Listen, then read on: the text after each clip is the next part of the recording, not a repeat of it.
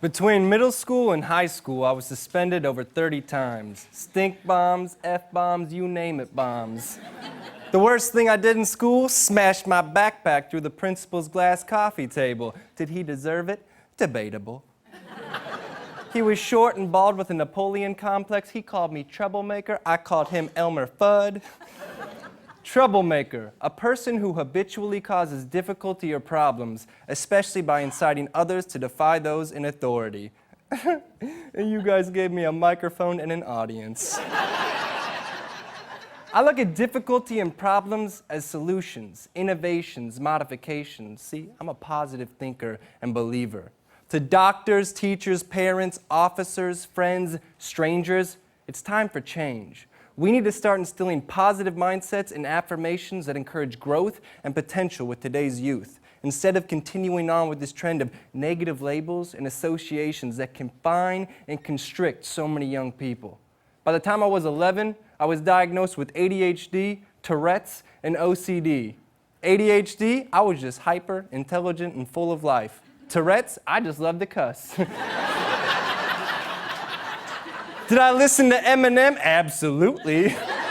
I was understood when I put on his music. I cussed because I was mad at the world for taking my father from me. I felt wronged because the man I called dad passed away when I was 6 years old. OCD, it was the only way I could have control in my life. My stability and trust was shaken. My mom had to attend all of my soccer practices because I was afraid that if she were to leave, she'd drive away and die and abandon me too. Those labels made me feel inferior. I was taught that Corey Martin Craig was a bad child, an underdog without a future. With nothing to lose, I acted out more to the point I was given multiple medications to try and fix my problems. Did that medication settle me down? No. Did I stop cussing? No. Did I feel safe and secure? No. I was worse off than I was before. What did the medication do? Make me fat. Risperidol has a terrific side effect of dramatic weight gain. Stud McMuffins. I weighed 10 pounds more as an 8th grader than I do today. Where'd the curls come from? I wanted to fit in for once and look like NSYNC's Justin Timberlake. Luckily for me, my aunt was a hairdresser, so I got a permanent. I could do no right. I was locked up twice for angry outbursts. I was up against the wall and was plummeting. Labels and medications were a negative death hold on me, and my life seemed to not be my own. Alone, I cried frequently and dreamed of being someone else. I masked the pain with humor so nobody could see what was going on inside. Adam Sandler taught me that goofy was okay. But the underlying fact was that I was hurting. There were days after being told that I was the worst student that ever walked through the doors and being called fat ass, that I'd walk home, pick up a knife, and ask myself, is today the day? Positive interventions saved my life. I was lucky because I garnered a select few positive advocates. I had the most amazing mother who instilled in me the belief that anything in life is possible. A special ed principal who listened to my colorful yet vulgar rants on a daily basis. A Spanish teacher who didn't call me troublemaker or insubordinate, rather an intuitive thinker. Whatever the hell that means, I bought into it. It was a positive spin to an otherwise consistently negative outlook on my behavior. And I had a school-appointed mentor who came to visit every week. During one suspension, he picked me up and told me we were going for lunch. Lunch must have been code word for juvenile corrections, because that's where we wound up. 10 minutes locked away in a holding cell. Worst part, on the way home, he didn't even stop for lunch. I found a positive outlet, acting. Unlike other classes where I was reprimanded for my antics, I was encouraged there. I thrived because for 45 minutes a day, I could transform into someone else. I could laugh and cry and sing and yell and cuss like a sailor. Coincidentally enough, most of my characters were sailors. Sophomore year, I found out my high school was losing funding in the arts, meaning acting class, the one place and one reason I went to school. So I intuitively researched and applied to the Los Angeles County High School for the Arts. Shortly thereafter, I decided to stop taking medications. I was done being overweight, overanalyzed, criticized, because that almost led to my demise. One day in May, after coming home from school, I got to the mailbox and saw a letter from the Los Angeles County High School for the Arts, and I opened it ever so delicately and saw I was accepted.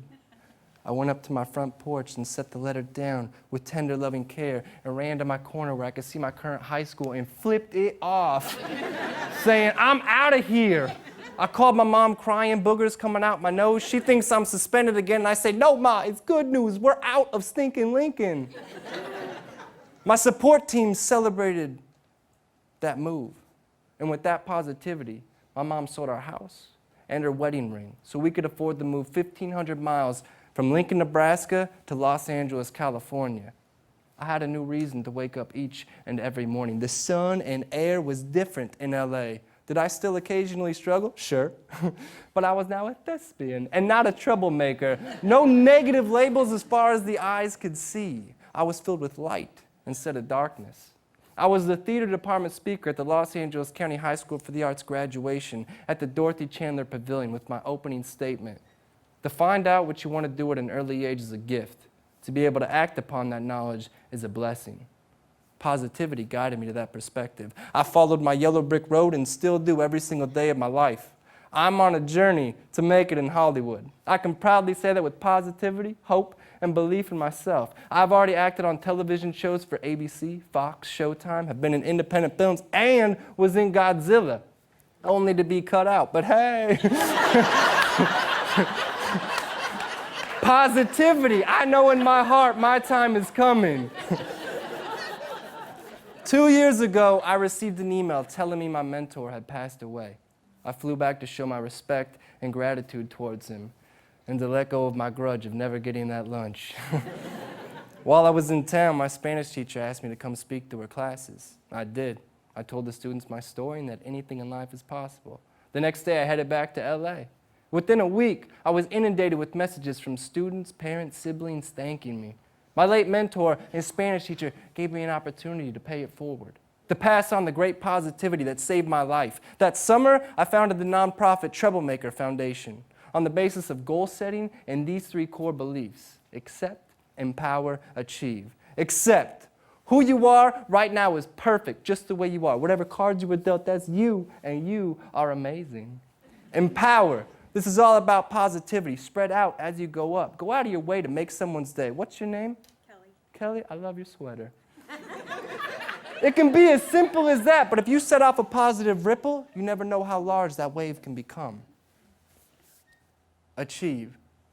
Whether it's small victories or great success, it's all in the same. Achieving is knowing that life is a journey and should be enjoyed to its fullest. As John Wooden said, make each day your masterpiece. Through Troublemaker Foundation, I've come back and spoken at many Lincoln area schools. I've seen the power of positivity and encouragement. Students raise their hands and tell me their goals, some small, some out of this world. I flip them a Troublemaker bracelet after because goals should be encouraged.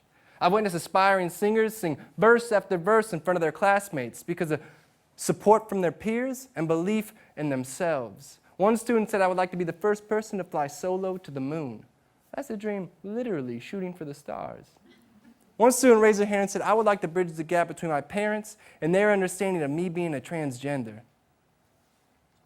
A high school classroom or auditorium filled with positivity is limitless. I believe that when each and every person does one positive thing a day for another person, this whole world can change overnight. As ironic as the name Troublemaker Foundation is, I have fully accepted that negative label and now look at it positively and with pride. To me, Steve Jobs, Martin Luther King, Nelson Mandela were all troublemakers. All 3 had a desire for positive change and set out to accomplish that task. And if you didn't know already, Nelson Mandela's birth name was Holisasa, which when translated means troublemaker. Boom. Let's squash negativity. We as a society are too quick to judge and to diagnose. We are conditioned with negative thoughts, feelings, emotions. Let's rock positivity. Let's celebrate environments where kids feel safe to explore their talents and the true, genuine person they are instead of being shunned. Let's celebrate positive labels and outlooks. Let's nurture and lift hopes and dreams. I'll start. My name is Corey Martin Craig. I'm an actor, writer, producer. I'm a believer, achiever, intuitive thinker, and yes, I am a troublemaker.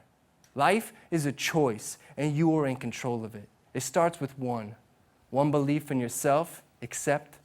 One desire to strive for a goal and one positive ripple towards another person daily, empower.